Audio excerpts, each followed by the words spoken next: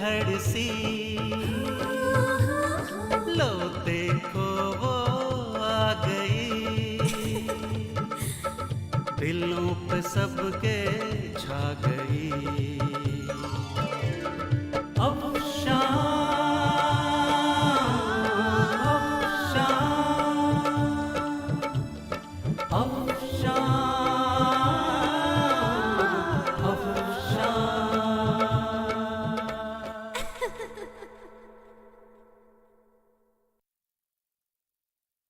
आदाब नाजरीन, आपने देखा कि रजा की आमद की खबर से सब अहले खानदान किस कदर मसरूर थे।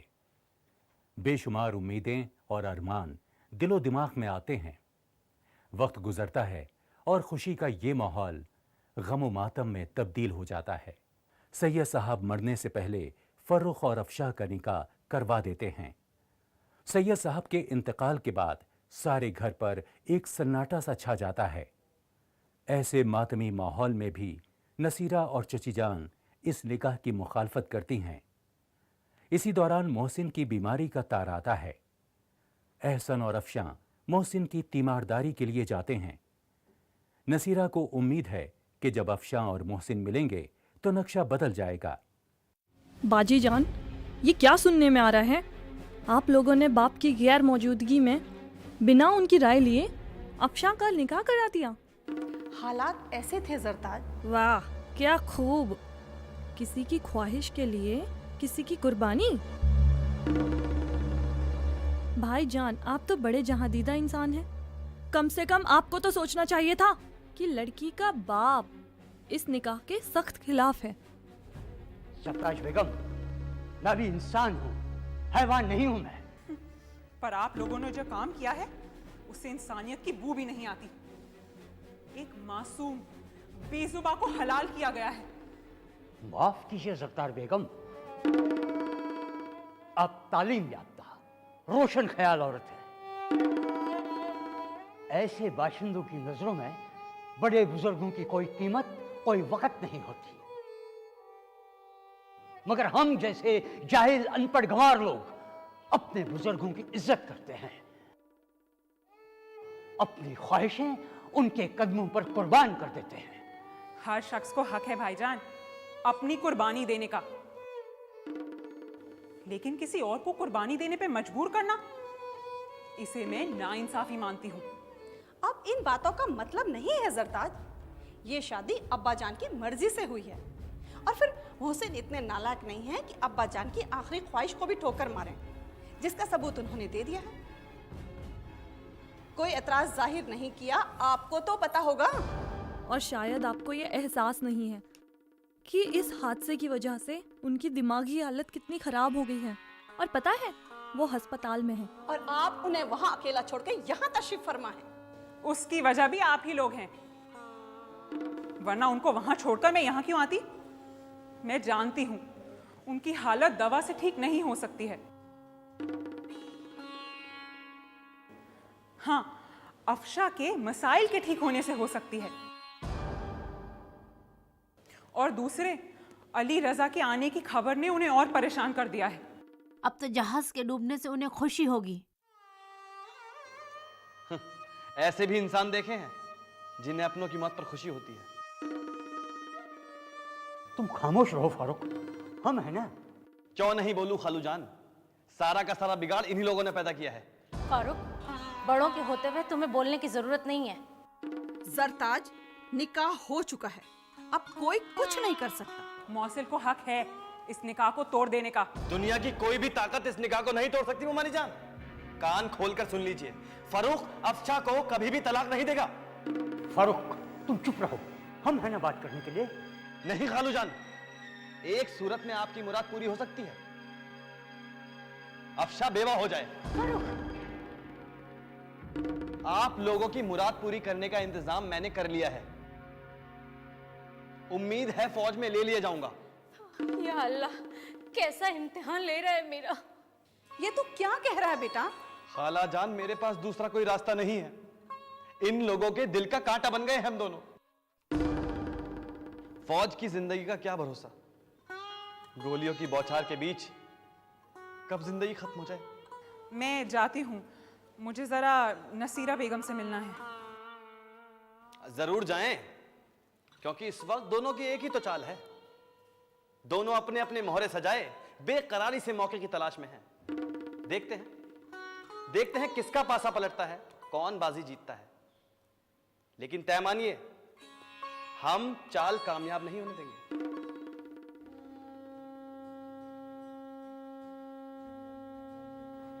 किसका खत है? एहसन भाई का। क्या लिखा है? कुछ नहीं, सलाम दुआ के बाद लिखते हैं कि मोहसिन की दिमागी हालत ठीक नहीं है। अल्लाह जाने क्या बात थी जिसने मोहसिन के दिलो दिमाग पर ऐसा बुरा असर डाला।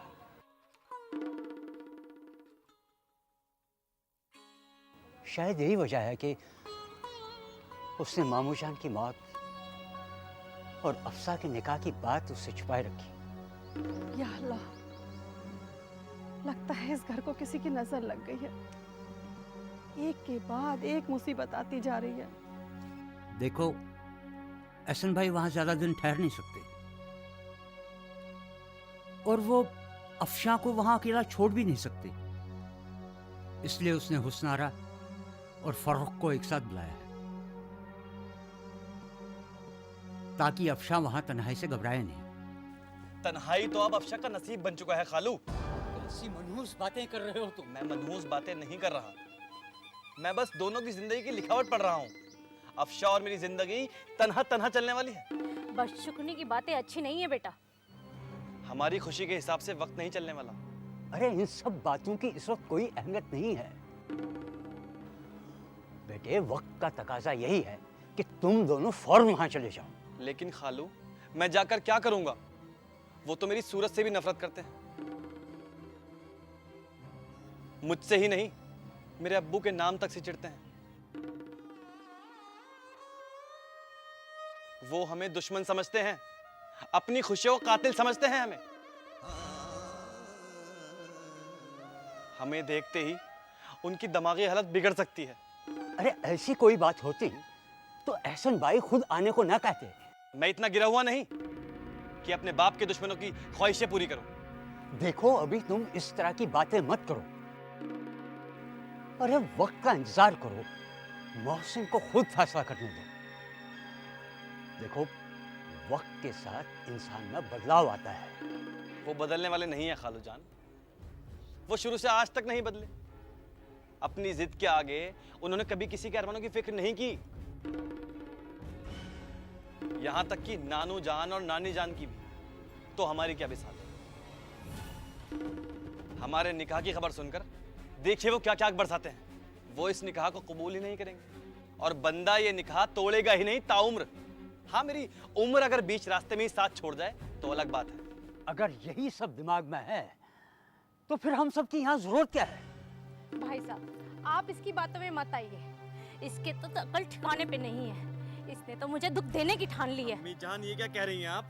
मेरे लिए तो आपकी खुशियां ही मकसूद हैं। बस, अगर मेरी खुशियों की इतनी परवाह है तो जाके फौज में क्यों भर्ती हो गया और हर वक्त मौत की बातें क्यों करता रहता है?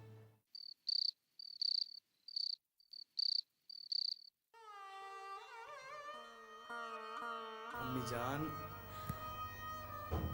बेटा, जीने की मेरे पास एक ही वजह है और वो हो तुम। तुम भी मुझे तना छोड़ के फौज में भर्ती हो गए। फौज में भर्ती होने से पहले तुम्हें मेरा ख्याल नहीं आया? आपका ख्याल तो हमेशा मेरे साथ है, लेकिन अम्मी जान, जिंदगी घर में कैद होकर रहने का नाम तो नहीं। बाहर तो जाना ही पड़ता है ना अम्मी जान। बाहर जाने का मतलब फौज में भर्ती होना तो नहीं है ना, जहां हमेशा मौत सर पे नाचती रहती है। अम्मी जान, हयात के साथ कज़ा जुड़ी हुई है। कोई फौज में भर्ती हो या ना हो, लेकिन मौत तो अपने वक्त पर पता लगा ही लेती है। अब अब्बा जान को ही ले लीजिए। 20 साल की लंबी जुदाई के बाद कितनी खुशी खुशी घर लौट रहे थे। इतना बड़ा फैसला अकेले तन्हा कर लिए। एक बार पूछा भी नहीं कि अब अफसा मेरी शरीके हयात है। हम सुख दुख के साथी हैं। हमारी रंजो खुशी जुदा जुदा नहीं है, एक दूसरे से जुड़ चुकी है। फौज में भर्ती होने से पहले एक बार तो पूछ लेते, इतना तक कह देते। मैं फौज में जाना चाहता हूँ। फौज ही मेरी खुशी है, चाहत है। तो क्या मैं उन्हें रोकती? नहीं। लेकिन अफसोस, मुझे अपना राजदार नहीं समझे वो। फर्रुख ट्रेनिंग पर चला जाता है। वक्त गुजरता है और जब फर्रुख वापस आता है तो रजा भी उसके साथ होता है, जो कुदरत खुदा से उस हादसे में जिंदा बच गया था। अब घर में खुशियां ही खुशियां छाई हुई हैं। भाईजान, रजा,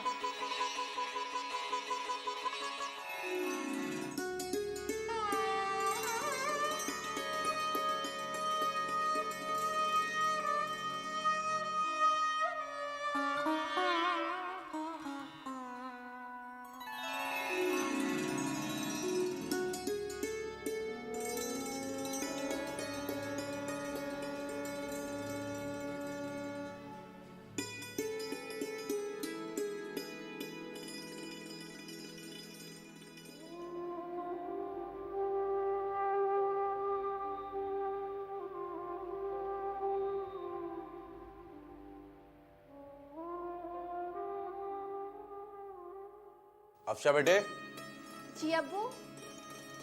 मुबारक हो। रजा भाई सही सलामत वापस आ गए। सच अब्बू? बिल्कुल सच। अभी अभी आबिद भाई का फोन आया था। ये तो बहुत ही खुशी की बात है अब्बू। खासकर फूफी अम्मी के तो खुशी का ठिकाना नहीं होगा। अल्लाह ने ये बहुत अच्छा किया, उनकी खुशियाँ उन्हें वापस लौटा दी। आज अगर दादा दादी जिंदा होते तो कितने खुश होते अब्बू। बेहद खुश होते, मगर अफसोस अम्मा अब्बा हुस्ना का गम साथ में लेकर चले गए। खुदा का लिखा कौन टाल सकता। लेकिन अब्बू, फूफा अब्बा का जहाज तो डूब गया था ना? बेटे, खुदा का करिश्मा तो नहीं डूबा था। खुदा के करिश्मे ने ही उन्हें बचा लिया। इसीलिए इंसान को खुदा पे भरोसा रखने की नसीहत दी जाती है। अब्बू, मैंने फूफा अब्बा को कभी देखा ही नहीं। अरे बेटा, अब देख लेना।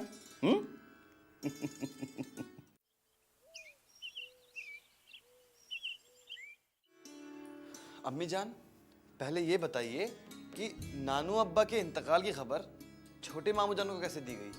बेटा, तुम्हारे खालू अब्बा उनसे मिलने वहाँ गए थे। उन्होंने मोहसिन भाईजान को सारी बातें बता दी। अब्बा के इंतकाल और तुम्हारे निकाह का भी।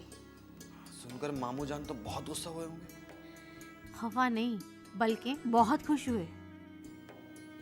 अफशा आई थी और आपने उसे मामू जान के साथ वापस क्यों भेज दिया? बेटा, वो यहाँ किसके भरोसे रहते हैं? मैं खुद दूसरों के भरोसे हूँ। कम से कम वहाँ उसके अपने तो हैं, उनके बीच वो आराम से रहते हैं। अच्छा, मामू जान को मेरे बारे में बताया कि मैं फौज में? नहीं, पर अफशा को सब पता है। ये बड़े ताज्जुब और अफसोस की बात है कि आप लोगों ने मुझे फरूख के फौज में भर्ती होने की खबर तक नहीं दी। क्या वजह थी कि लड़का फौज में चला गया? अरे ये तो मुझे अभी नसीरा आपा ने बताया। जानता हूं नसीरा ने कहा होगा, क्योंकि आजकल नसीरा तो, खैर छोड़ो इस बात को। बात यह है मियां कि फारूक मोहसिन के बारे में गलतफहमी का शिकार हो गया था और नाराजगी में फौज में भर्ती हो गया, वरना इसमें हमारी कोई रजामंदी नहीं थी। जब मोहसिन की मर्जी नहीं थी, वो फरूख के साथ अफशा के निकाह के खिलाफ थे। फिर आप लोगों ने ऐसा क्यों किया? आप लोग तो समझदार थे। हमारे ऊपर इल्जाम मत लगाइए। माफ कीजिए, मैं आप पर इल्जाम नहीं लगा रहा हूं। जो कुछ भी हुआ वो अब्बा अम्मी की मर्जी से हुआ। हम उनके फैसले पे एतराज जाहिर नहीं कर सकते थे। जहां मोहसिन भाई और भाभी जान की बात है, वो इस शादी के खिलाफ थे, लेकिन अम्मा और अब्बू के आगे उनकी एक ना चली। फरूक की क्या मर्जी थी? उससे कुछ पूछा गया? बेशक उसकी रजामंदी हमने ली थी, और फिर बचपन से फरूक और अफशां एक दूसरे को पसंद करते आए हैं। दोनों एक दूसरे के साथ इस तरह घुल मिल गए थे कि उनको जुदा करना गुनाह बन जाता, और यही वजह थी कि मामू जान और ममाने जान ने ये फैसला लिया। लेकिन कुछ नहीं। आप अब सरपरस्त हो फरूक के, बाप हो उसके, आपका सारा हक है। आप लोगों की, आपके बेटे की मर्जी होगी तो अफशां को विदा करके ले आना, वरना जहां आपके बेटे की मर्जी होगी उसकी शादी करवा लेना। अब तो न मामू रहे न ममानी। भाईजान, आप मेरी बातों का बुरा मत मानिए। हम होते कौन हैं बुरा मानने वाले?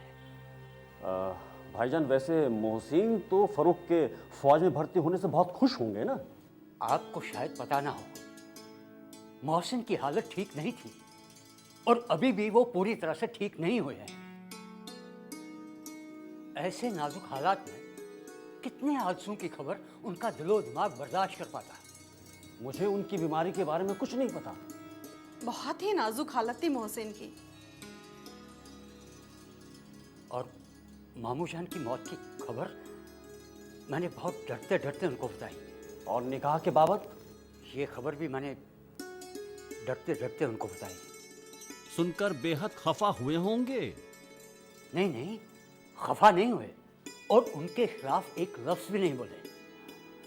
यहाँ आए तो फरूक के बारे में बार बार पूछते रहे। लेकिन किसी ने फरूक के फौज में जाने की बात नहीं बताई? नहीं, किसी ने नहीं बताई। मुनासिब नहीं समझा गया। आप लोगों के अलावा भी तो उनको बताने वाले हैं।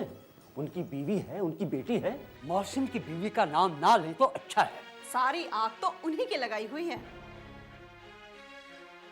वो अफशां का निकाह अपने पहले शौहर के बेटे शहरयार से करना चाहती थी, इसी नाते इधर उधर जाल बुन रही है। तो रह गई अफशां की बात। अफशां ऐसी वैसी लड़की नहीं है कि वो ये सब बात अपने बाप को बताए। अभी तो मेरे जहन में बस एक ही सवाल है, फौज की नौकरी और बेटे की जिंदगी। मुझे तो ऐसा लगता है कि सब कुछ पाकर भी मैंने कुछ नहीं पाया। अरे मियाँ, आप पढ़े लिखे देश दुनिया घूमे हो, आपको तो मालूम होना चाहिए कि फौज में सिर्फ मौत ही मौत नहीं है, बल्कि एक आलीशान जिंदगी भी है। आप खुदा पर भरोसा रखो, ऐसा कुछ भी नहीं होगा।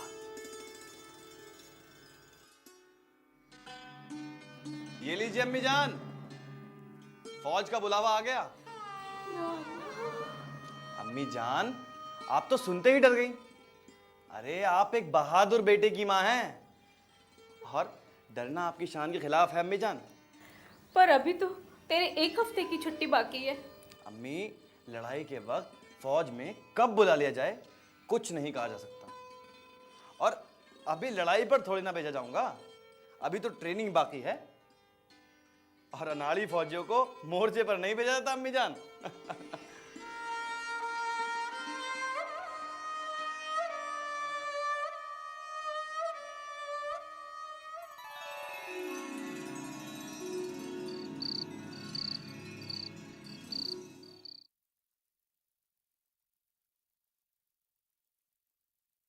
तुम्हारे रहने और ना रहने से कितना फर्क पड़ जाता है।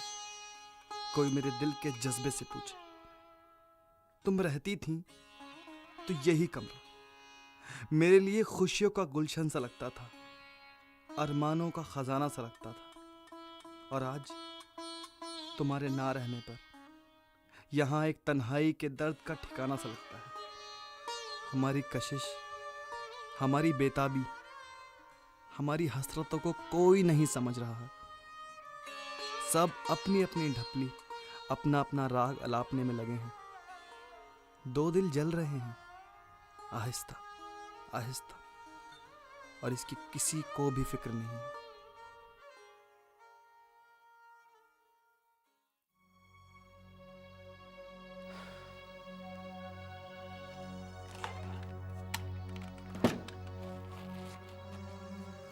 बड़ी बेताबी से चोरी चोरी ये अफशा के कपाट पे क्या तलाशा जा रहा है भाईजान? कबाब में हड्डी? आपसे मतलब? देखिए जनाब, मैं कोई अफशा तो हूँ नहीं कि जो मन में आए कह सुन लेंगे। आपके अल्फाज सख्त एतराज के काबिल हैं। ठीक है, माफी चाहता हूँ। अब आप अपना रास्ता नापिए। ये रास्ता नापने से क्या मतलब? और तुम तलाश क्या रहे हो? कहीं अफशा वाली अंगूठी तो नहीं? अंगूठी नहीं, कुछ और ही तलाश रहा था। मुझे बताओ, शायद मैं तुम्हारी कुछ मदद कर सकूं। तुम और मदद? मेरा मजाक उड़ाती फिरोगी तुम? अल्लाह कसम, बिल्कुल नहीं। अच्छा, तुम्हारे पास अफशा की कोई फोटो है तो जरूर। मैं वही ढूंढ रहा हूँ, पर उसका कोई फोटो मिल ही नहीं रहा। तुम्हें मालूम है, मुझे ट्रेनिंग पर जाना है। वहां अकेले में, तन्हाई में उसकी फोटो से बात करके ही तन्हाई काट लूंगा। आज अफशा के लिए इतना प्यार कहाँ से उमड़ आया? दिल की गहराई में इतना प्यार भरा है, वही किनारे पर उमड़ कर दिखाई दे रहा है। ठीक है, मैं अभी लाती हूँ। ये लीजिए भाईजान। बहुत बहुत शुक्रिया। और हो सके तो अफशा से मिलते जाना।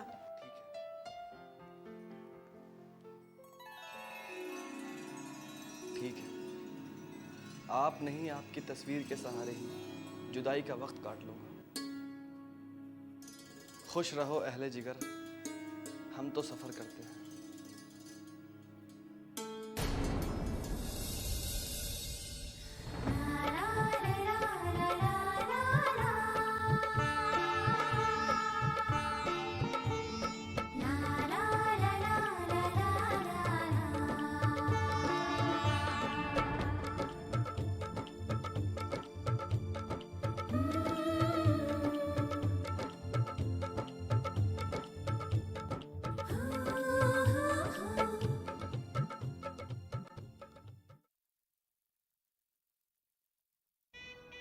हनीमून के लिए कहाँ जाना है?